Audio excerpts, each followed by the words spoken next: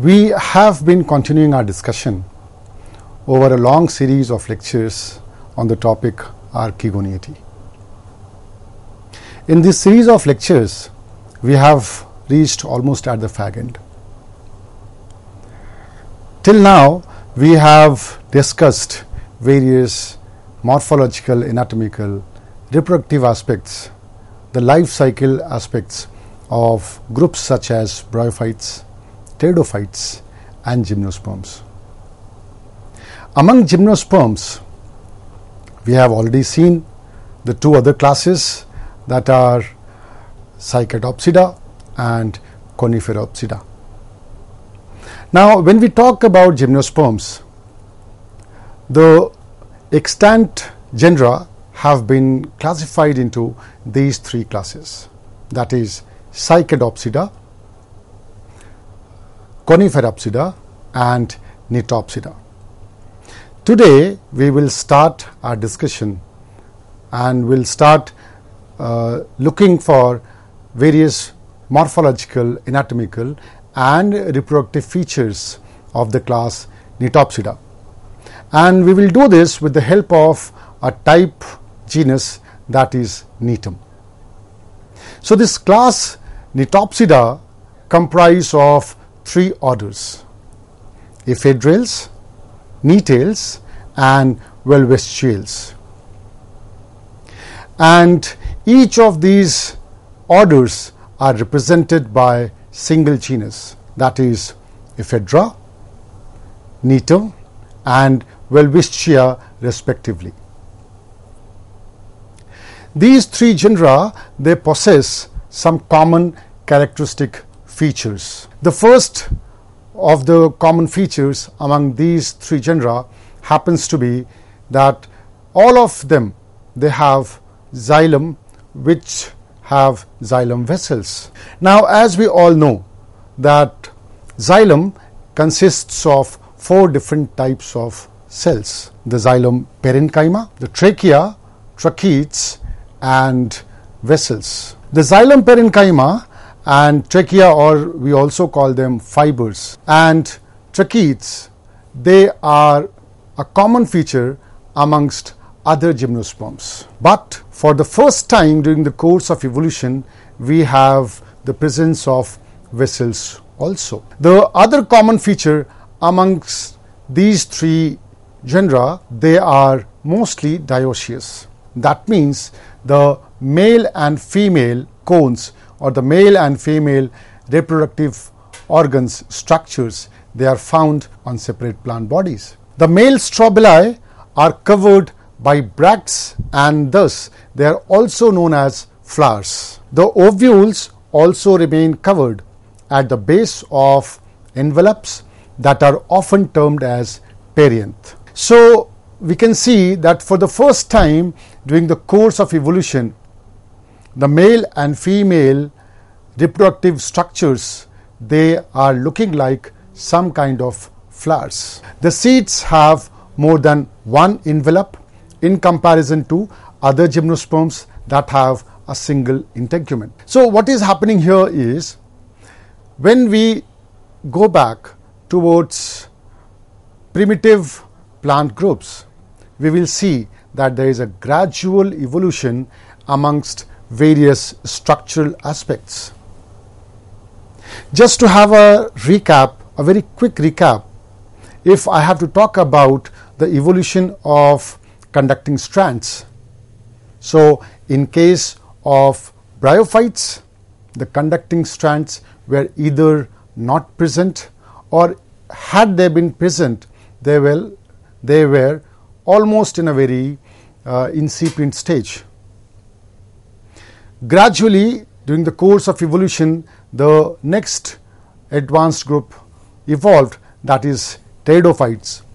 And among pteridophytes, this conducting strand was mostly comprising of xylem cells or xylem tissues, but they clearly lacked vessels.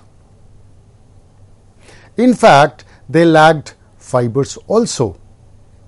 As we moved ahead during the course of evolution, the evolution of xylem cells gave rise to the presence of fibers, and then in these groups such as Netum or Ephedra or Welwitschia, sometimes we find the presence of vessels also.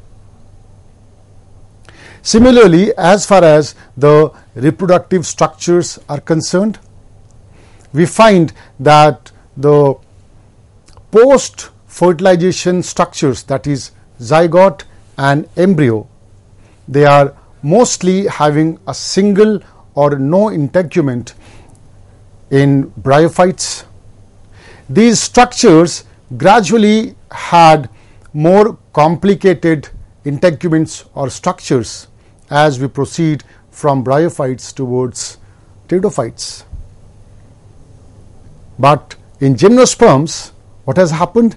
Now these post-fertilization structures, that is zygote or embryos, they have started giving rise to a very well arranged integumented seeds, which is very much prominent and well established in these groups which belong to the class Nitopsida. Similar things we can see in terms of their morphology also.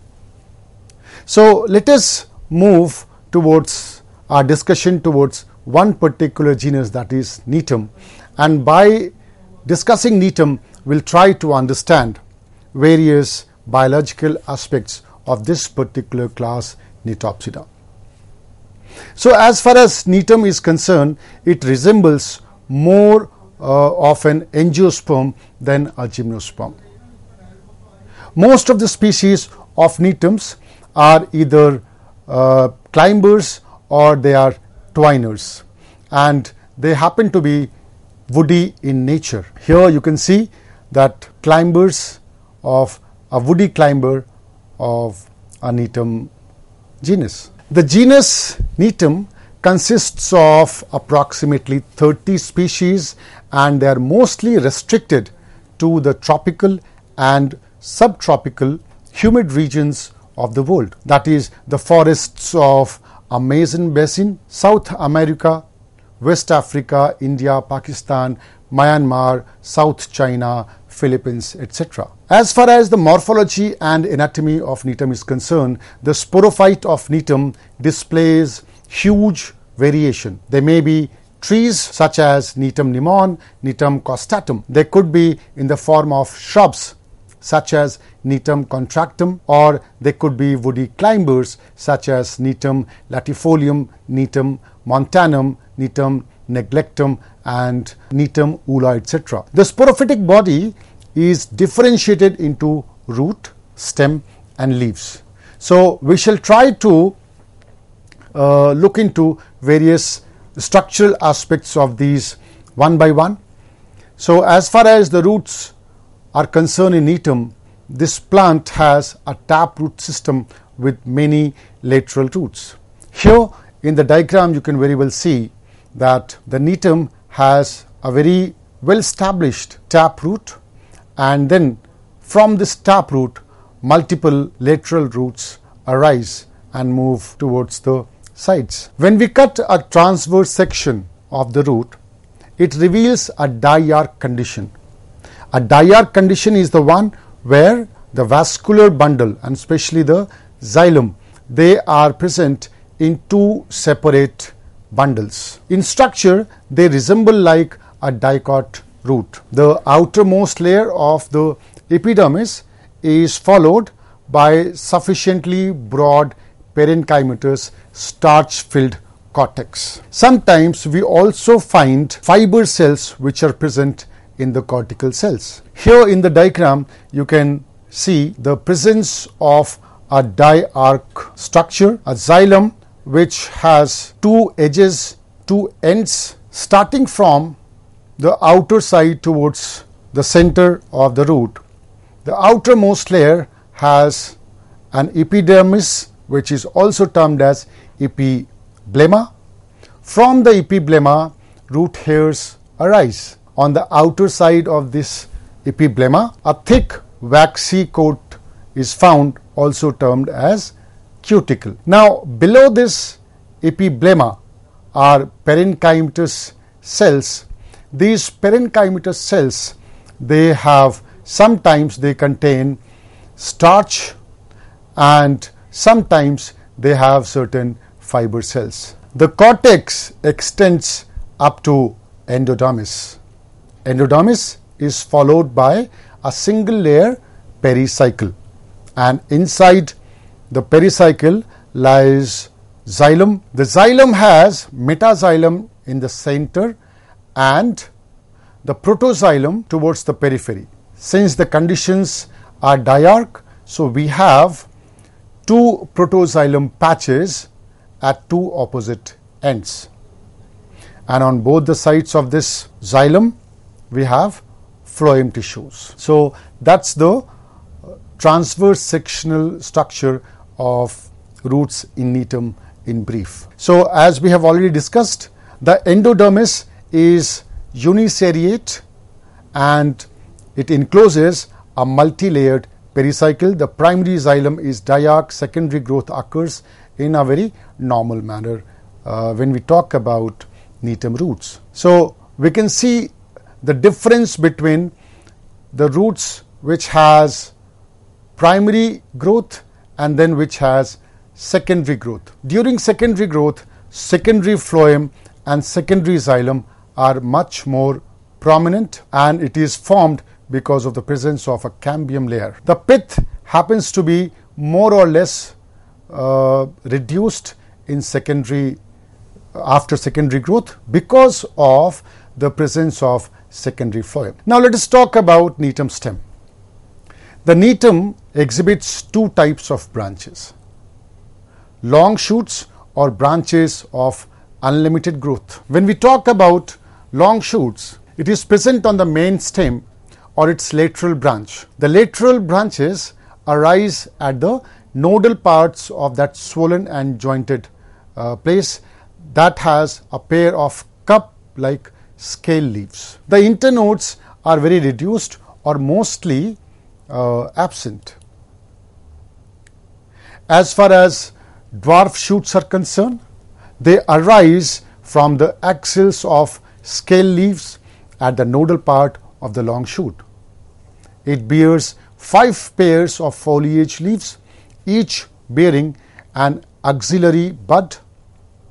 The internodes are present and very much prominent. In a transverse section of a young stem, it looks circular in outline. It shows a single layered epidermis of rectangular cells with a thick cuticle and sunken stomata. The cortex happens to be broad and sometimes it is 12 to 16 layer thick. Some cells of this cortical zone towards the inner side becomes fibrous because of the presence of narrow lumen. Here we can observe the transverse section of stem of Neetum with the help of this diagram. The outer layer is made up of a rectangular, broad, one cell thick epidermis.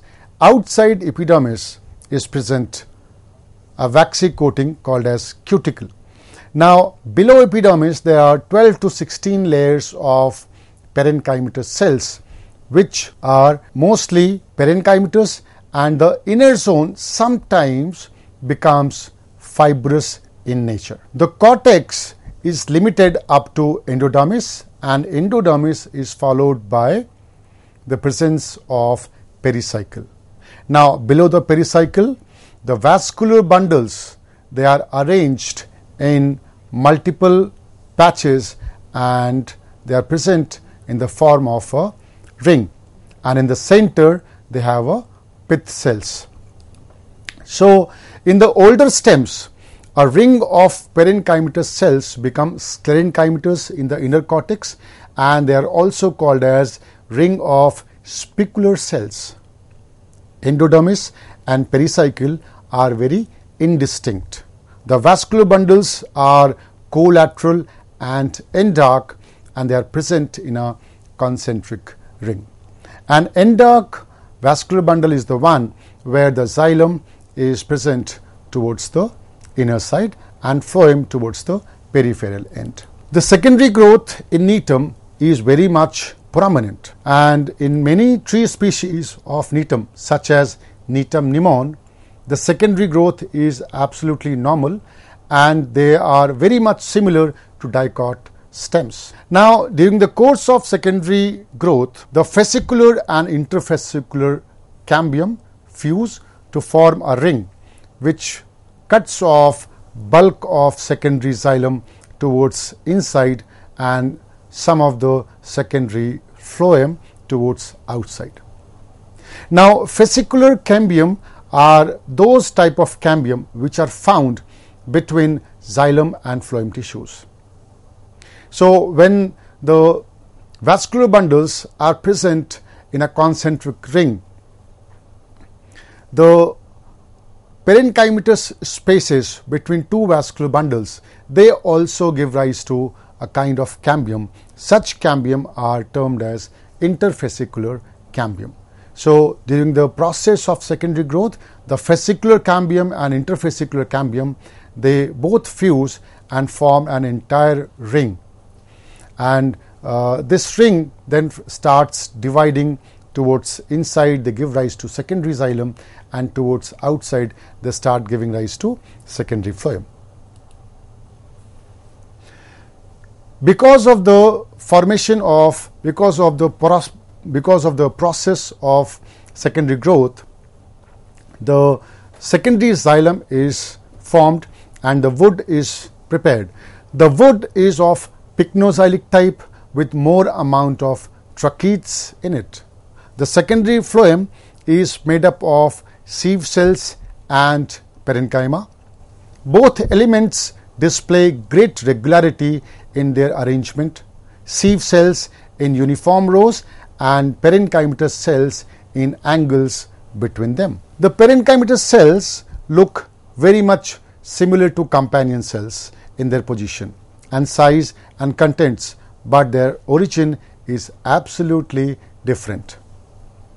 In the woods of Netum, there is a remarkable property, that is the presence of vessels with a single pore on their end walls.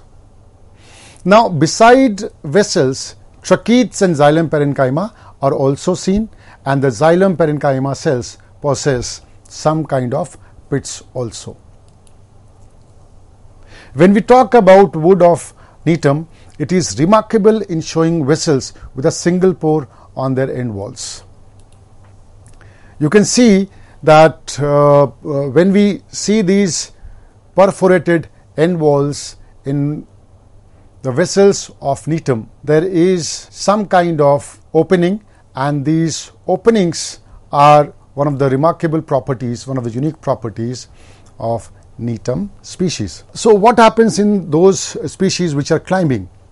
Climbing species such as Netum ula or Netum africanum, we have reported abnormal secondary growth. Now, what happens in such species? The cambium is short-lived and its activity is not similar at all places, and because of this, the secondary growth initially is normal, but later on the successive rings of cambium appear in the cortex and cut off several rings of xylem and phloem. So, the formation of secondary xylem and secondary phloem, they starts happening in the cortical tissues also.